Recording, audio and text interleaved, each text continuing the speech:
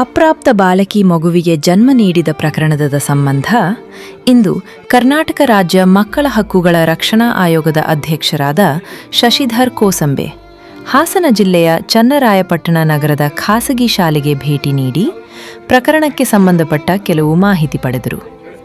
ಖಾಸಗಿ ಶಾಲೆಗೆ ಭೇಟಿ ನೀಡಿದ ಆಯೋಗದ ಅಧ್ಯಕ್ಷರು ಶಾಲೆಯಲ್ಲಿ ಕೆಲವು ದಾಖಲಾತಿಗಳ ಕೊರತೆ ಎದ್ದುಕಂಡ ಹಿನ್ನೆಲೆಯಲ್ಲಿ ಪ್ರಕರಣವನ್ನು ಗಂಭೀರವಾಗಿ ಪರಿಗಣಿಸಿ ಶಾಲೆಗೆ ನೋಟಿಸ್ ಕೊಡುವಂತೆ ಜಿಲ್ಲಾಧಿಕಾರಿಗಳಿಗೆ ಮತ್ತು ಮಕ್ಕಳ ಕಲ್ಯಾಣ ಇಲಾಖೆ ಹಾಗೂ ಶಿಕ್ಷಣ ಇಲಾಖೆಗೆ ಸೂಚನೆ ನೀಡಿದರು. ಶಾಲಾ ದಾಖಲಾತಿ ಎಲ್ಲ ಗಮನಿಸಿದ್ದಾಗ ಶಾಲಾ ದಾಖಲಾತಿ ಸಹಿತ ಸಕಾಲದಲ್ಲಿ ಕೊಡ್ತಾ ಇಲ್ಲ ಅವರು. ಯಾಕೆ ಅಂದರೆ ಅವ್ರ ಹತ್ರ ದಾಖಲಾತಿ ಇದೆ ಅಥವಾ ಇಲ್ಲ ಅನ್ನೋದ್ರ ಬಗ್ಗೆ ಅನುಮಾನ ಇದೆ. ಬರೀ 1ನೇ ತರಗತಿಯಿಂದ 7ನೇ ತರಗತಿವರೆಗೆ ನೋಂದಣಿ ಮಾಡಿರುವಂಥ ನಮಗೆ ದಾಖಲಾತಿಯನ್ನು ಅವರು ಕೊಟ್ಟಿದ್ರು. ಆಮೇಲೆ ವ್ಯಾನ್ನಲ್ಲಿ ಅದೇ ರೀತಿಯಾಗಿ ಪ್ರತಿಯೊಂದು ಶಾಲೆಯಲ್ಲಿ ಕಳೆದ 2016ರಿಂದ ಮಕ್ಕಳ ರಕ್ಷಣೆ ನೀತಿ 2016 ಎಲ್ಲ ಕಡೆ ಮಾಡಬೇಕು, ಅನುಷ್ಠಾನ ಮಾಡಬೇಕು. ಈ ಥರದ ಒಂದು ದುರ್ಘಟನೆಗಳು ಎಲ್ಲಿ ನಡಿಬಾರದು ಅನ್ನೋ ಒಂದು ಸದುದ್ದೇಶದೊಂದಿಗೆ ನಮ್ಮ ರಾಜ್ಯದಲ್ಲಿ ಪಾಲಿಸಿ ಇದೆ. ಬಟ್ ಈ ಒಂದು ಶಾಲೆಯಲ್ಲಿ ಆ ಪಾಲಿಸಿ ಮಾಡಿರೋದು ಕಂಡು ಬಂದಿಲ್ಲ. ಹೀಗಾಗಿ ಇವೆಲ್ಲ ಆಯಾಮಗಳಲ್ಲಿ ಒಂದು ಮಕ್ಕಳಿಗೆ ಬರೀ ಶಿಕ್ಷಣ ಕೊಡೋದಲ್ಲ, ಮಕ್ಕಳಿಗೆ ಶಿಕ್ಷಣ ಜೊತೆ ರಕ್ಷಣೆ ಕೊಡಬೇಕಾದಂಥದ್ದು ಎಲ್ಲ ಶಿಕ್ಷಣ ಸಂಸ್ಥೆಗಳ ಒಂದು ಆದ್ಯ ಕರ್ತವ್ಯವಾಗಿದೆ. ಹೀಗಾಗಿ ಇಲ್ಲಿನ CECO ಮತ್ತು CRP ಅವರಿಗೆ ಯಾವ ಕಾರಣಕ್ಕೆ ಇಲ್ಲಿ ಮೇಲಿನ ಮೇಲೆ ಬಂದು ಅವ್ರಿಗೆ ನೋಡ್ತಕ್ಕಂಥದ್ದು, ಗಮನಿಸ್ತಕ್ಕಂಥದ್ದು, ಪರಿಶೀಲನೆ ಮಾಡ್ತಕ್ಕಂಥದ್ದು ವೇಳೆಯಲ್ಲಿ ಅವರು ಸಹ ವಿಫಲರಾಗಿದ್ದಾರೆ. DDP ಅವರಿಗೆ ಸೂಚನೆ ಕೊಟ್ಟಿದ್ದೇನೆ. ಅವರಿಬ್ಬರಿಗೆ ಸೋಕಾಸ್ ನೋಟಿಸ್ ಕೊಟ್ಟು ಯಾವ ಕಾರಣಕ್ಕೆ ಈ ಶಾಲೆಯ ಮೇಲುಸ್ತುವಾರಿ ಮಾಡಲಿ ಅವರು ವಿಫಲರಾಗಿದ್ದಾರೆ, ನೋಂದಣಿ ಮಾಹಿತಿ ಇರ್ಬೋದು, ಮಕ್ಕಳ ರಕ್ಷಣೆ 2016 ಇರ್ಬೋದು, ಆಟದ ಬಗ್ಗೆ ಇರ್ಬೋದು, ಅವೆಲ್ಲವೂ ಕಂಪ್ಲೀಟಾಗಿ ನಾನು DDP ಅವರಿಗೆ ಸೂಚನೆ ಕೊಡ್ತಾ ಇದ್ದೀನಿ. ನಾಳೆ ಸಂಜೆ ಒಳಗೆ ಈ ಶಾಲೆಯ ವಿಸ್ತೃತ ಎಲ್ಲ ವರದಿಯೊಂದಿಗೆ ನಮ್ಮ ಆಯೋಗಕ್ಕೆ ವರದಿ ಸಲ್ಲಿಸಬೇಕು. ಅದೇ ರೀತಿಯಾಗಿ ಈ ಒಂದು ದುರ್ಘಟನೆ ಅಂದರೆ ರಾಜ್ಯದಲ್ಲಿ ಈಗಾಗಲೇ ಕೆಲವೊಂದು ಜಿಲ್ಲೆಗಳಲ್ಲಾಗಿದೆ, ಅದೇ ರೀತಿಯಲ್ಲಿ ಇಲ್ಲಾಗಿದ್ದು ಆಯೋಗ ಬಹಳ ಬೇಸರ ವ್ಯಕ್ತಪಡಿಸ್ತಾ ಇದೆ. ಅಪ್ರಾಪ್ತ ಬಾಲಕಿಯ ದೇಹದ ಮೇಲೆ ಆಗಿರುವ ಆರೋಗ್ಯದ ಬದಲಾವಣೆಗಳನ್ನು ತಿಳಿದುಕೊಳ್ಳುವಷ್ಟು ಶಾಲಾ ಮುಖ್ಯಸ್ಥರು ವಿಫಲಗೊಂಡಿದ್ದಾರೆ. ಈ ಪ್ರಕರಣದಲ್ಲಿ ಬಾಲಕಿಯ ಪೋಷಕರು, ಶಾಲೆಯ ಮುಖ್ಯಸ್ಥರು, ದೈಹಿಕ ಶಿಕ್ಷಕರು ಹಾಗೂ ಶಾಲಾ ಶಿಕ್ಷಕಿ ನಿರ್ಲಕ್ಷ್ಯ ಎದ್ದು ಕಾಣುತ್ತಿದೆ ಎಂದು ಬೇಸರ ವ್ಯಕ್ತಪಡಿಸಿದರು. ಇದಕ್ಕೆ ಪ್ರತಿಯೊಬ್ಬರು ಸಹಿತ ಇಲ್ಲಿ ಕೆಲಸ ಕಾರ್ಯ ಮಾಡ್ಕೊಂಡು ಹೋಗ್ತಂಥವ್ರ ಜವಾಬ್ದಾರಿ ಇತ್ತು. ಒಂದು ಸಂಸ್ಥೆಯವರು ಮತ್ತು ಇಲ್ಲಿನ ಮುಖ್ಯ ಗುರುಗಳು ಅವ್ರ ಮೇಲೂ ಸಹಿತ ಕ್ರಮ ಆಗಬೇಕಂತೇಳಿ ನಾನು ನಮ್ಮ ಮಾಧ್ಯಮ ಮುಖಾಂತರ ಹೇಳಿ ಇಚ್ಛಪಡಿಸಬೇಕಾಗಿತ್ತು. ಇದರಲ್ಲಿ ನೋಡಿ ಶಿಕ್ಷಕರು ಗಮನಿಸಬೇಕು, ವರ್ಗ ಶಿಕ್ಷಕರು ಗಮನಿಸಬೇಕು, ಆಮೇಲೆ PE ಟೀಚರ್ ಯಾರಿದ್ದಾರೆ ಗೊತ್ತಿಲ್ಲ ಅವರು ಸಹಿತ ಗಮನಿಸಬೇಕು.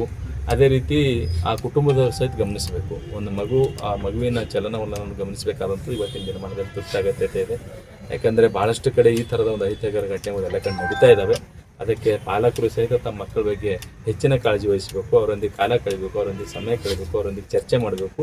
ಮತ್ತು ಆಯಾ ಶಾಲೆ ಮುಖ್ಯಸ್ಥರು ಮತ್ತು ಅಲ್ಲಿ ಕೆಲಸ ಮಾಡ್ತಕ್ಕಂಥವ್ರು ಸಹಿತ ಈ ಥರದ ಒಂದು ಘಟನೆಗಳು ಮತ್ತೆ ಎಲ್ಲೂ ಆಗದ ರೀತಿಯಲ್ಲಿ ಅವ್ರು ಗಮನ ಹರಿಸಬೇಕಂತ ಹೇಳಿಕೆ ಇಚ್ಛೆ. ಇನ್ನು ಶಾಲಾ ವಾಹನಗಳಲ್ಲಿ CCTV ಅಳವಡಿಕೆ ಮತ್ತು ವಾಹನದಲ್ಲಿ ಮಕ್ಕಳನ್ನು ನಿಗಾ ವಹಿಸುವುದಕ್ಕೆ ಮಹಿಳೆಯೊಬ್ಬರನ್ನು ನೇಮಿಸದೇ ಇರುವುದಕ್ಕೆ ಆಕ್ರೋಶ ವ್ಯಕ್ತಪಡಿಸಿದ ಆಯೋಗದ ಅಧ್ಯಕ್ಷ ಕೂಡಲೇ ಶಾಲೆಗೆ ನೋಟಿಸ್ ನೀಡಿ ವಿವರಣೆ ನೀಡುವಂತೆ RTO ಅಧಿಕಾರಿಗಳಿಗೆ ಸೂಚನೆ ನೀಡಿದರು.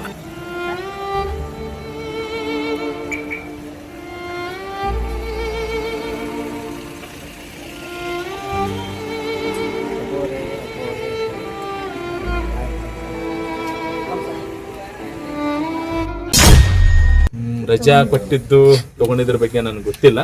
ಬಟ್ ಎಲ್ಲರೂ ಗಮನಿಸ್ಬೇಕು, ಇದೊಂದು ಹೇಳಿಕ್ಕೆ ಇಚ್ಛಪಡ್ತೀನಿ. ಸಾರ್ವಜನಿಕರು, ಪಾಲಕರು ಮತ್ತು ಶಿಕ್ಷಕರು, ವಿಶೇಷವಾಗಿ ಆ ಒಂದು ವರ್ಗ ಶಿಕ್ಷಕರು ಅವರು ಸಹಿತ ಗಮನಿಸ್ತಕ್ಕಂಥದ್ದು ಮಾಡಬೇಕಾಗಿತ್ತು. ಅವ್ರು ಮಾಡುವಲ್ಲಿ ಆರೋಪಿ ಯಾರು ಅಂತ ಗೊತ್ತಾಗಿದೆ. ಈಗ ಆರೋಪಿ ಇದ್ದಾನ, ಡ್ರೈವರ್ ಅಂತ ಇದಾರಲ್ಲ, ಆಲ್ರೆಡಿ ಪೋಕ್ಸೋ ಪ್ರಕರಣ ದಾಖಲಾಗಿದೆ. ಈಗ ತಮ್ಮ ಮುಖಾಂತರ ಹೇಳಿಕ್ಕೆ ಇಚ್ಛೆ ಮಾಡ್ತೇವೆ. ನಮ್ಮ ಯಾರು ಸ್ಟೇಷನ್ ನೀವು DSP ಅವರೇ ಕೂಡಲೇ ಆ ವ್ಯಕ್ತಿಗೆ ಜೈಸೆ ಮಾಡಿ ಕಾನೂನಿನ ಕ್ರಮಗಳನ್ನು ಎಲ್ಲ ತಕ್ಷಣವಾಗಿ ತುರ್ತಾಗಿ ನಿರ್ವಹಿಸಬೇಕು. ಸರ್, ಒಂದೇ ಪ್ರಕರಣ ಅಥವಾ ಬೇರೆ ಏನಾರ ಇಲ್ಲ, ಸದ್ಯಕ್ಕೆ ಇದು ಒಂದು ಪ್ರಕರಣ. ಈ ಪ್ರಕರಣದ ಬಗ್ಗೆ ಅಲ್ಲಿ ಭೇಟಿ ಕೊಟ್ಟು ತುರ್ತು ಸಭೆ ಮಾಡ್ತಾ ಇದ್ದೀನಿ. ಸಭೆ ಮಾಡಿ ಕೆಲವೊಂದು ಇಲಾಖೆಯ ಮುಖ್ಯಸ್ಥರಿಗೆ ಮತ್ತೆ ಈ ಜಿಲ್ಲೆಯಲ್ಲಿ ಮತ್ತೆ ಈ ರಾಜ್ಯದಲ್ಲಿ ಈ ತರ ಒಂದು ಘಟನೆಗಳು ನಡೆಯದ ರೀತಿಯಲ್ಲಿ ಕ್ರಮ ವಹಿಸಲಿಕ್ಕೆ ನಾನು ಈಗಾಗಲೇ ನಿರ್ದೇಶನ ಕೊಡೋಕ್ಕೆ ಆರೋಪಿ ಅರೆಸ್ಟ್ ಮಾಡಲಿಕ್ಕೆ ತಮ್ಮ ಈಗ ಹೇಳ್ತಾ ಇದ್ದೀನಿ. ನಾಳೆ ಸಂಜೆ ಒಳಗೆ ತಾವು ಆರೋಪಿ ಎಲ್ಲೇ ಜೈಸಿ ಮಾಡಿದ್ದಾರೆ. ಕರ್ನಾಟಕ ಮೋಟಾರ್ ಆಕ್ಟ್ 1988 ಮತ್ತೆ ಸುಪ್ರೀಂ ಕೋರ್ಟ್ನ ಮಾರ್ಗಸೂಚಿಗಳ ಅನ್ವಯ ಕಡ್ಡಾಯವಾಗಿ ಒಂದು ವಾಹನ ಚಾಲಕನಿಗೆ ಕನಿಷ್ಠ ಅವನು ಹೆವಿ ಬ್ಯಾಟ್ಸ್ ತೊಗೊಂಡ್ಮೇಲೆ 5 ವರ್ಷ ಅನುಭವ ಹೊಂದಿರಬೇಕು. ಅಂಥ ವ್ಯಕ್ತಿ ಮಾತ್ರ ನೇಮಕಾತಿ ಮಾಡ್ಕೊಳ್ಳಿಕ್ಕೆ ಅವಕಾಶ ಇದೆ. ಅದೇ ರೀತಿಯಾಗಿ ಪ್ರತಿ ವ್ಯಾನಿನಲ್ಲಿ CCTV ಇನ್ಸ್ಟಾಲೇಷನ್ ಇರಬೇಕು, GPS ಇರಬೇಕು, ಮಕ್ಕಳಿಗೆ ಸರಿಯಾದ ರೀತಿಯಲ್ಲಿ ಶಾಸನದ ವ್ಯವಸ್ಥೆ ಇರಬೇಕು. ಆಮೇಲೆ ಅಲ್ಲಿ ಒಬ್ಬರು ಆಯಾ ಇರಬೇಕು. ಬಟ್ ಈ ವ್ಯಾನ್ನಲ್ಲಿ ಆಯಾನೂ ಇಲ್ಲ, CCTV ಇನ್ಸ್ಟಾಲೇಷನ್ ಇಲ್ಲ, GPS ಇಲ್ಲ. ಅದೆಲ್ಲ ನಮ್ಮ ಸ್ವತಃ RTO ಅವರಿಗೆ ಇದ್ರ ಬಗ್ಗೆ ಎಲ್ಲ ನಾವು ಅವರು ಸ್ವತಃ ನೋಡಿದ್ವಿ. ಹೀಗಾಗಿ ಅವರ ಒಂದು RTO ಮುಖಾಂತರ ಅದು ಒಂದು ವಿಶೇಷವಾಗಿ ಸಪ್ರೇಟಾಗಿ ಪ್ರಕರಣ ದಾಖಲು ಮಾಡಲಿಕ್ಕೆ ಈಗಾಗಲೇ ಸೂಚನೆ ಕೊಟ್ಟಿದ್ದೇನೆ. ಆರೋಪಿ ನಮಗೆ ಹುಡುಗಿ ಕೊಟ್ಟಿರೋ ಸ್ಟೇಟ್ಮೆಂಟ್ ಪ್ರಕಾರ ನಾವು ಇವಾಗ ಡ್ರೈವರ್ನ ನಾವು ಸರ್ಚ್ ಮಾಡ್ತಾ ಇದ್ದೇವೆ. ಅವನು ಅಬ್ಸ್ಕಾಂಡಿಂಗ್ ಆಗಿದ್ದಾನೆ. ಈಗ ಯಾರ ಜೊತೆ ಕಾಂಟ್ಯಾಕ್ಟ್ ಇದ್ದಾನೆ, ಏನಿದೆ ಅಂದ್ಬಿಟ್ಟು ನಾವು ಈಗಾಗಲೇ ನಾವು 2 ಟೀಮ್ಗಳನ್ನು ಮಾಡಿ ಕಳಿಸ್ಕೊಟ್ಟಿದ್ದೀವಿ. ಶಾರ್ಟ್ ಆದಷ್ಟು ಬೇಗ ದಸ್ತಿಗೆ ಮಾಡ್ತೇವೆ. ರಂಜಿತ್ ಅಂತ ಈಗಿನ ಇದರಿಂದ ನಮ್ಗೆ ತಿಳಿದು ಬಂದಿದೆ ಡ್ರೈವರ್ ಅಂತ. ಅದು ಇನ್ನೂ ಕ್ಲಿಯರ್ ಪಿಕ್ಚರ್ ಕೂಡ ಹುಡುಗಿಗೆ ಇನ್ನೂ ಕ್ಲಿಯರ್ ಆಗಿರೋ ಇನ್ನೂ ಅನಿಸುತ್ತೆ ನಮಗೆ. ಹಾಗಾಗಿ ಇನ್ನೂ ಅವರು ಸ್ವಲ್ಪ ಚೇತರಿಸ್ಕೊಂಡ ಮೇಲೆ ಕ್ಲಿಯರ್ ಪಿಕ್ಚರ್ ಏನು ಅಂತ ಗೊತ್ತಾಗ್ತದೆ. ಅವನು ಈಗಾಗಲೇ ಇಲ್ಲಿಂದ 3 ತಿಂಗಳಿಂದನೇ ಬಿಟ್ಟಿದ್ದಾನೆ ಅಂತ ಹೇಳ್ತಾರೆ. ಅದ್ರ ಹಿಂದಿನಿಂದನೇ ಮಾಡ್ತಾ ಇದ್ದಾನೆ. ಇದಕ್ಕಿಂತ 5-6 ವರ್ಷ ಕೆಲಸ ಮಾಡ್ತಿದ್ದಾನೆ.